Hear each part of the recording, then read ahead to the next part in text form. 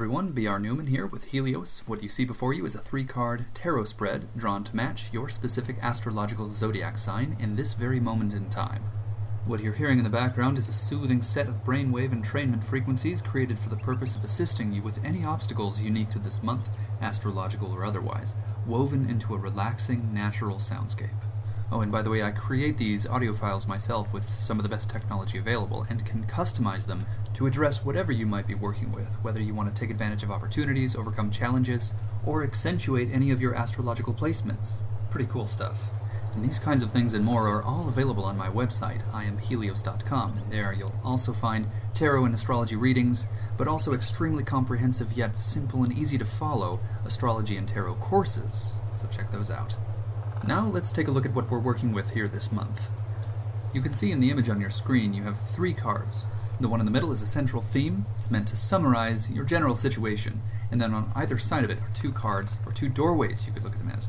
You walk through one or the other, so listen to the definitions of everything to not only reflect on the nature of your current situation, but also make a conscious choice about how you would like to proceed, the left-hand path or the right-hand path.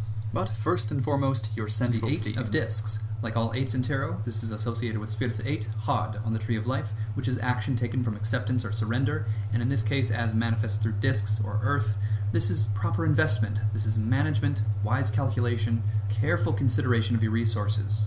And this is associated with Virgo, so meticulous consideration of details, emphasis on personal service, and responsible action. So upon careful consideration and personal reflection, you should be able to determine precisely what this is referring to. Consider the possibility that the action you have been avoiding may in fact be the action you must take at this time. Go straight for it. Embracing this card will entail slowing down, looking at all of the details. What could you be missing? Assume that there is something that you're missing, that you need more information. Delve into the situation, knowing that you're going to be taking in a lot of information. Study everything you can. Investigate everything until you can stand it no longer and must take action.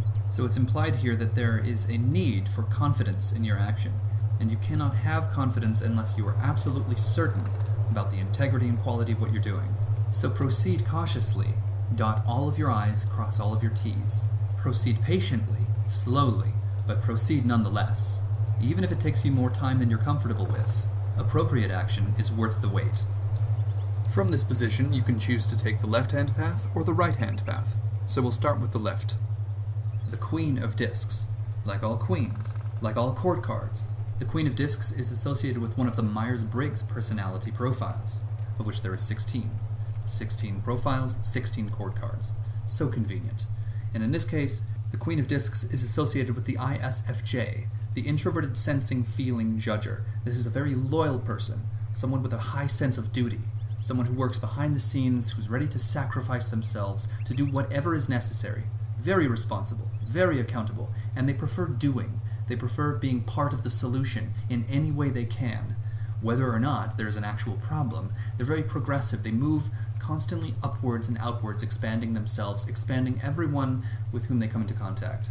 They see it as their duty, their responsibility, their mission, sometimes to the detriment of themselves, but not always. This is a personality profile that does understand the importance of filling up their own glass before sharing. So that's just due to the responsibility factor. They know how to maintain their resources in order to ensure that they will be, continuously able to give, to serve, building themselves up to whatever power is necessary, to whatever status is necessary. Sometimes to be most effective in the world, we have to gain some kind of authority.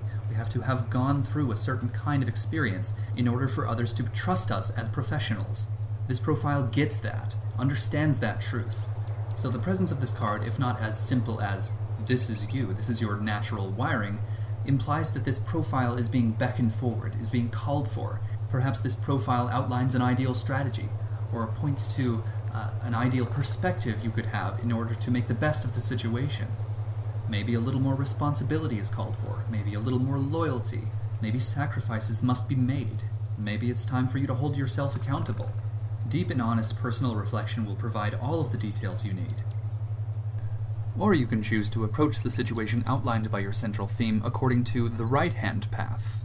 The 10 of Discs. Like all 10s in tarot, the 10 of Discs is associated with Malkuth on the Tree of Life, Sphere number 10, the final realm, the kingdom, the world, the dimension of experience in which all things are made real, and as manifest through Earth, in this case this is discs, this is the experience of outer wealth. Infinite resources, you could say, total security, but with the risk of all of the inescapable heaviness that goes with that.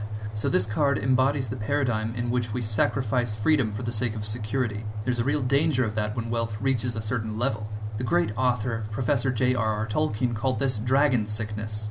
The idea is when you sit on heaps upon heaps of wealth, it gains a kind of power over you, a consciousness in and of itself. You become obsessed. You fear losing it more than anything else. Therefore, this wealth and security ceases to be wealth and security. Your active participation in the flow of wealth comes to a halt.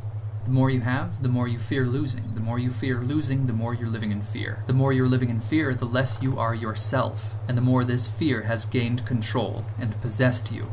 And this dragon sickness, you could call it, is not limited to those who possess the wealth. This has a way of trickling back to those who don't have it. Those who don't have wealth often resent those who do. A lot of times people will feel immediately guilty if it's suggested that they're worthy of accumulating material wealth. So this card warns you to guard against this whole spectrum, whether you have it or whether you don't. You might in fact be harboring judgments that are stifling your natural growth, if this might be the case. Embracing this card involves thoroughly, honestly examining that potential within yourself. And that concludes this month's complimentary tarot reading. Of course, to get truly serious, very specific, in the most useful way possible, you're going to want to contact me for a tarot reading, for an astrology reading, or a tarot-astrology fusion reading. You'll be so glad you did. You can subscribe to my YouTube channel and explore other videos I might have that are relevant to this month. You can subscribe to my website to receive updates, special deals, and freebies as well. I hope you have a really great month. Thank you so much for watching.